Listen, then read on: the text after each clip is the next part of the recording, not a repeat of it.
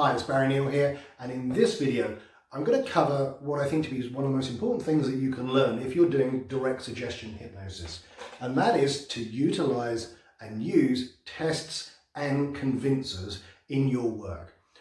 A lot of hypnosis is down to building belief and expectancy in the mind of your clients.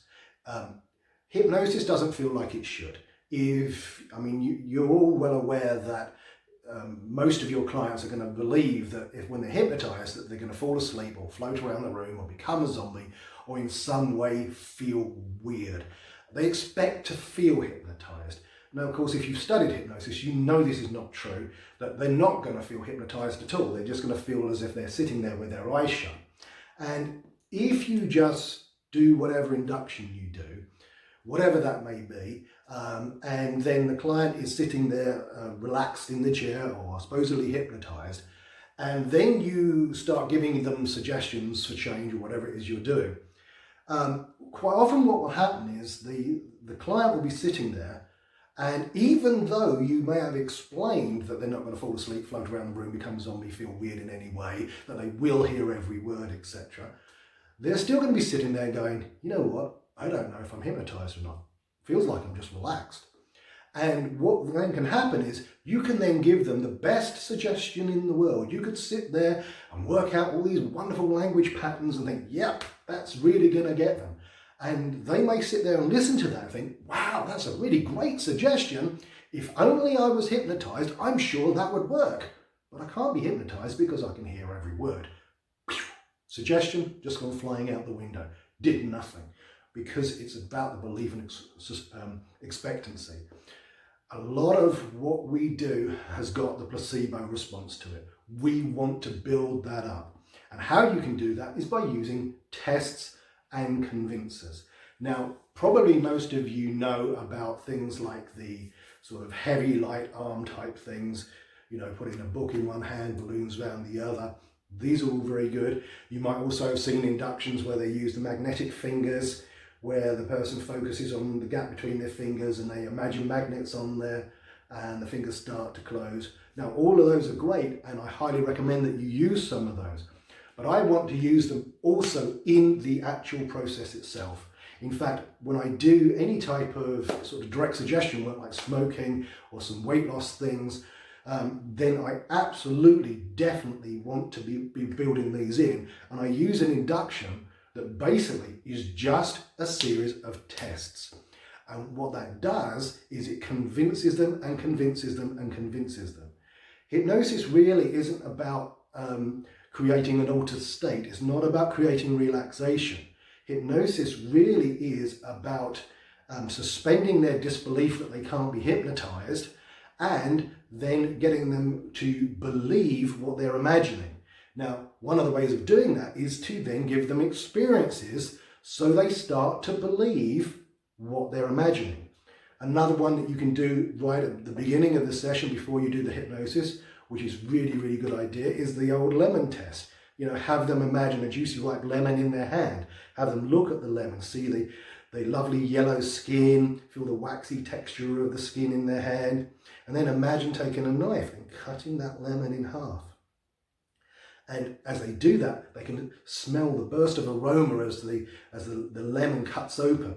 And perhaps they can even begin to feel the juice trickling into the hand. And then have them, what would it be like if you had them imagine taking one of those halves of that lemon and biting into it.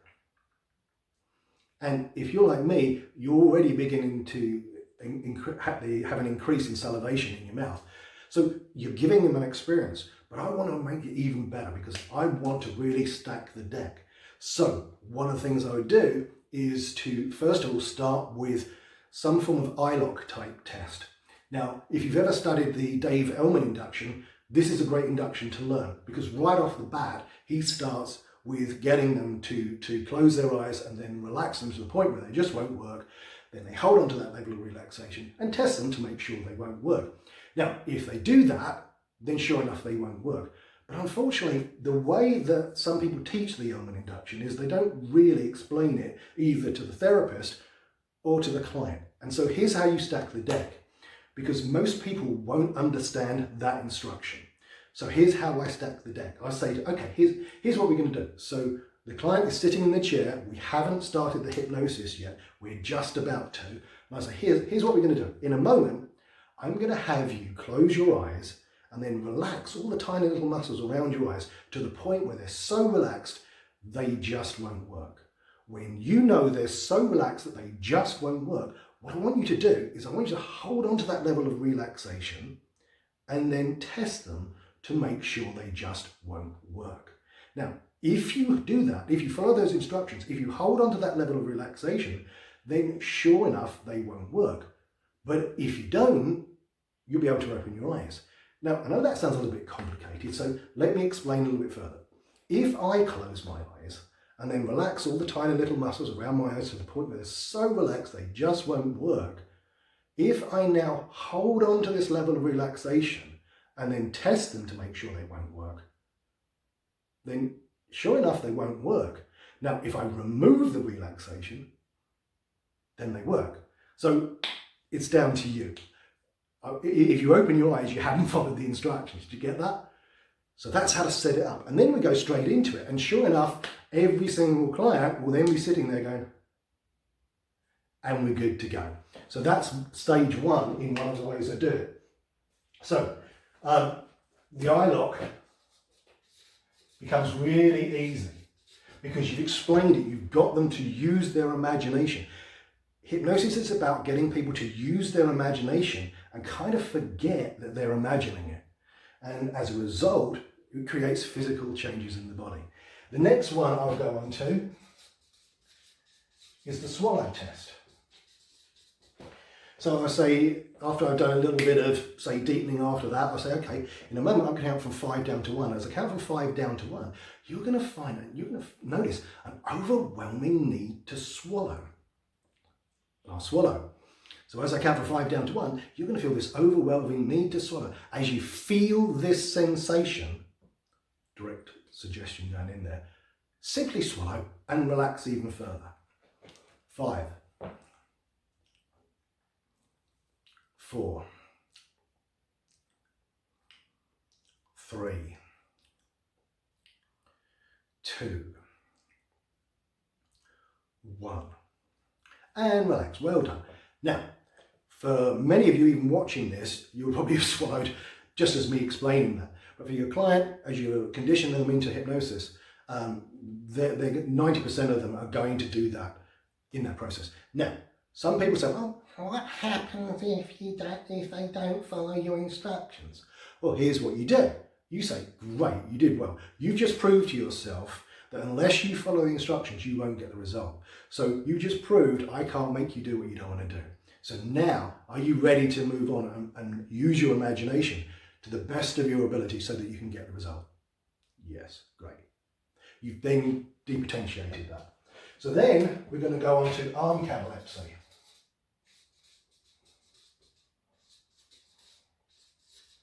So what I'm going to do then is, again, so we've progressed from that. We're now 2 tests in. I'm saying, okay, I'm going to lift your right arm up, and I want you to imagine that that right arm is rigid and stiff like a steel bar, almost as if it's got a steel bar running through it. These muscles getting tense and tight, really locking at the shoulder, the elbow and the wrist, becoming tighter and tighter and tighter. That right arm's becoming tighter and tighter and tighter, and all the while you're pushing down on it and going like this, tensing the muscle, tighter and tighter and tighter. That right hand and arm is becoming so tight that I can no longer bend it. And then you as the hypnotherapist grab their arm with both arms and you go like this to try and bend it. And sure enough, it will be tight. Now, if it's not tight when you're doing this, don't do it yet. Just keep giving them suggestions. No, make it tighter, tighter. Really imagine it. A steel bar running through the arm that it becomes impossible to bend. Really rigid and stiff, tighter and tighter. Squeeze that muscle tighter and tighter. So tight that I can't even bend it. And again, you do that. Great. Now, I'd like you to imagine how rigid and stiff it'd be so that you could no longer bend it. And really try hard in vain to bend that arm. And notice that the harder you try, the more rigid and stiff it becomes. So get them to do it and you'll watch them shake and things like that. So again, you've done that and you've you've got the result. So you test it first, then you get them to test it. So again, now, and then you have them relax their arm, go even deeper into hypnosis, 10 times deeper, whatever. Then you go, great, I want you to notice that right hand and arm now that's on the arm of the chair is beginning to feel very, very heavy. Beginning to feel very, very, very heavy, like it's stuck down to the arm of the chair, like it's glued down to the arm of the chair. Use emphasis in your voice. Down to the arm of the chair, getting heavier, heavier, glued, stuck down to the arm of the chair. So heavy, going really, really heavy. It's becoming so heavy that I can no longer lift it. And then you grab the wrist like this and try and lift it off the arm of the chair. And it should feel like it's pushing down to the arm of the chair. And again, if it isn't, say no, heavier, heavier. Imagine it really glued, stuck down to the arm of the chair. And then test it again. Great. Now, I want you to realize that it's stuck down to the arm of the chair, that you can no longer lift it. It's so stuck down to the arm of the chair that you can no longer lift it. We try hard in vain to lift the arm. Try hard in vain. Again, key words, try hard in vain. What does that mean? It means to fail. So have them try hard in vain to lift that arm up. And you'll watch them going like this. Now, here's a good thing. Here's what you want to do. Say, okay, now stop trying. Now we want to utilize that test, and we want to take it and take it towards whatever the outcome is. So for example, if the person's a smoker, I might say something like, you know, I noticed you were really struggling then to lift that arm. I mean, you really tried to lift the arm, but you couldn't, could you? No. It was almost as if there was like a part of your mind holding you back because you really wanted to lift the arm, but you couldn't. And I know you're getting really frustrated with that. Now, this might be a kind of frustration that you've been used to, because up until today, you've really wanted to stop smoking, but it's been like some part of your mind been holding you back. You've really wanted to stop smoking, but it's kind of felt like you were fighting with yourself.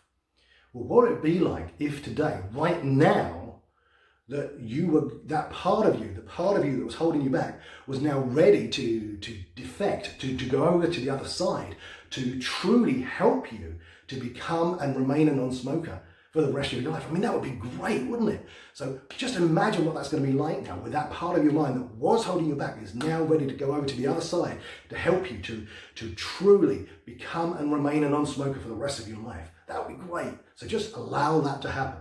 So we're now utilizing the test. Yeah, we're not just going to do a random test. We're going to create the phenomena and then tie it to the result. So now we've done that. So we've got arm catalepsy and we've got stuck to the chair.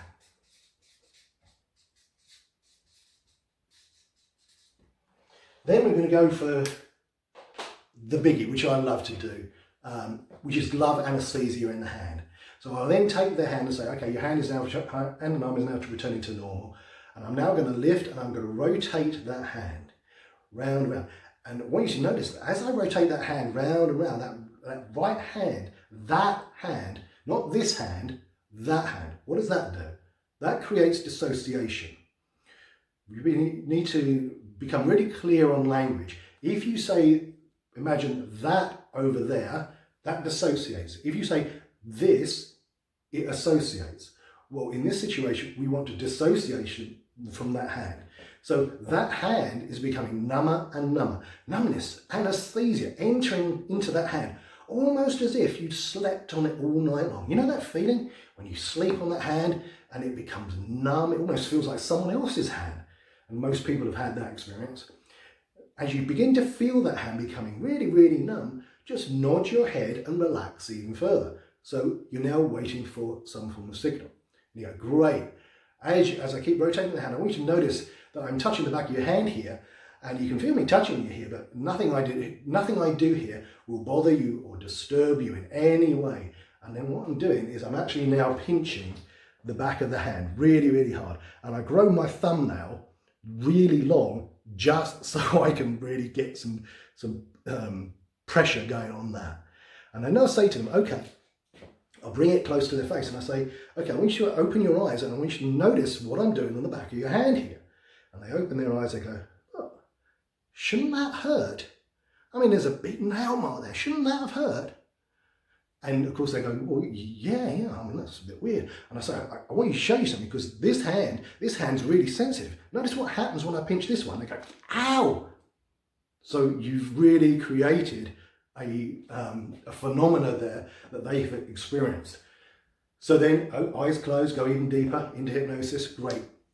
Now, we're going to utilize that. So you say something along the lines of, okay, now that same powerful part of your mind that just created numbness or anesthesia in that hand is now going to help you to become free of smoking once and for all, because that same powerful part of your mind that created numbness or anesthesia in that hand is now going to create numbness or anesthesia for any feelings of withdrawal whatsoever, whether they be physical or psychological, it doesn't matter. That same powerful part of your mind is now going to create numbness or anesthesia for any feelings of withdrawal whatsoever, so that not only can you and will you stop smoking, but you're going to do so easily, naturally, and comfortably, with no withdrawal symptoms whatsoever. You're going to feel great.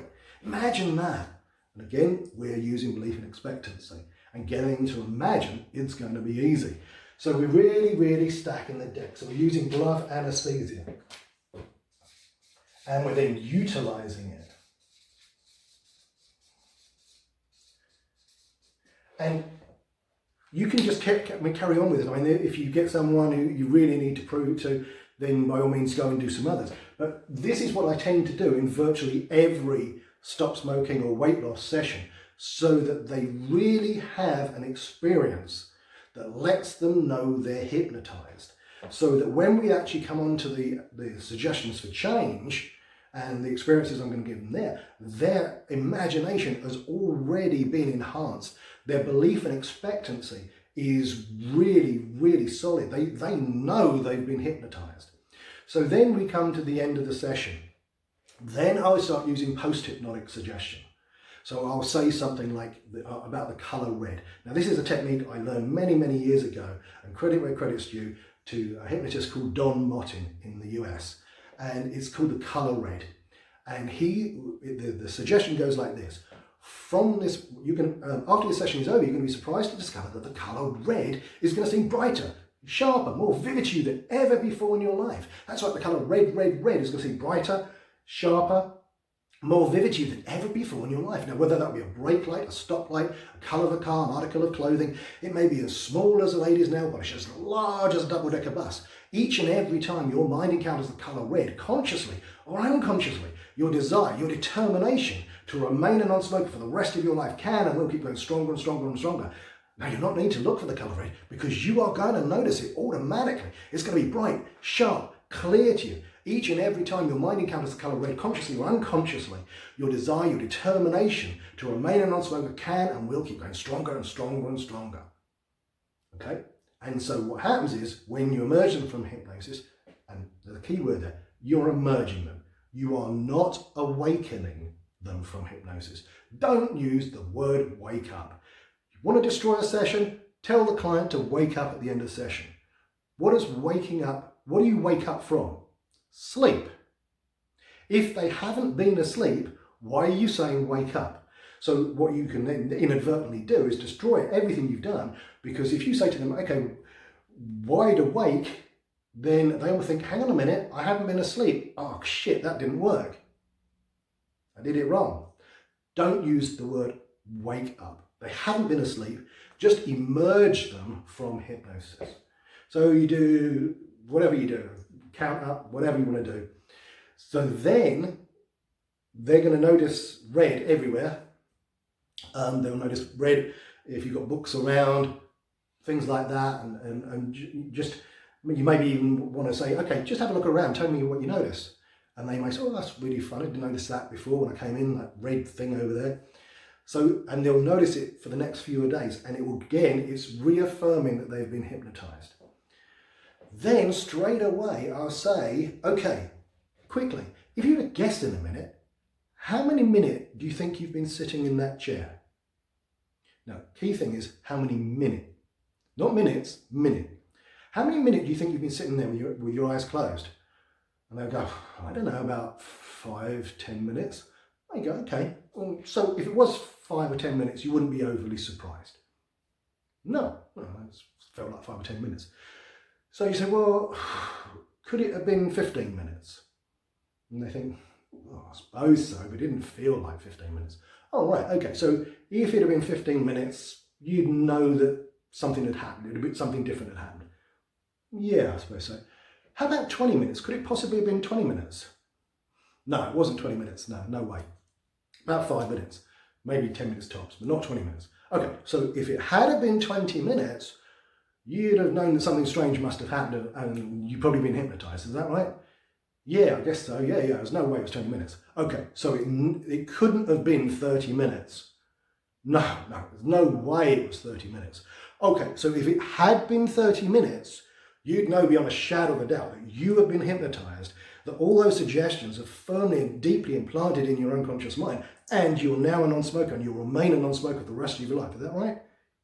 Well, yeah, there's no way that was 30 minutes. Okay, great, look at the clock. It's been 35 minutes. And they go, geez, I can't believe that. That's ridiculous. How can that happen? How did that happen? So again, you have used a test and convincer. You use time distortion, because for most people, even if you don't suggest it, they'll experience a session of hypnosis as being much, much shorter than what it actually is. So you again utilized it. So these are the sorts of things you want to incorporate into your session, so that, I mean, one of the worst things you can have, I mean, I'm sure you've had this, where you've had a client come in and say, have you ever been hypnotized before? And they go, yeah, I went to a hypnotist some years ago, but it didn't work. And they go, well, how do you know it didn't work? Well, I wasn't hypnotized, I didn't feel hypnotized, it just didn't work. You want to make sure, by using these tests and convincers, that you never get the situation where someone goes, I wasn't hypnotized. Because A, the session is not going to work all that way, but when you do this with your clients, you're going to give them something to talk about after the session. So they go back to work and they say, oh, how did that hypnosis session go? And they'll go, oh, it was really weird. The guy pinched the back of my head. I mean, I still got a bit of a nail mark there, and I didn't feel a thing. And like this session, it literally felt like about 5 minutes, and it turned out to be like 35 minutes long. And I keep seeing the colour red everywhere. It's bizarre. But, you know, I haven't smoked in a couple of days, so well, I don't know. So you're giving them something to talk about. Give them an experience. So utilize the tests. Don't be a hypnotist. Be a hypnotist and really test your clients. Don't just assume that just because you come to the end of your hypnosis script for the induction, that they're magically in hypnosis. No, don't you assume that, and don't let the client assume that. Make sure you test them every step of the way, and you're going to see your success rates go through the roof. It is dramatic when you start doing these sorts of things. So you don't necessarily have to do this if you're doing some sort of emotional type work, because you can get straight into that. But if you're doing direct suggestion stuff, you really need to be using tests and convincers. So have some fun with this. And if you want to learn more about hypnosis and some of the skills of NLP and other types of therapies, remember to like and subscribe on this video so that you can get up to date with every video that I publish, because I regularly publish them. So make sure you subscribe, and you can learn these tips for free. And I hope you enjoy them. Please give me feedback. I'd love to hear from you, either at my website or here on YouTube. Let me know how well you get on. And if you have any questions, by all means ask them. I'm only too happy to help everybody. So until the next video, I'll see you soon.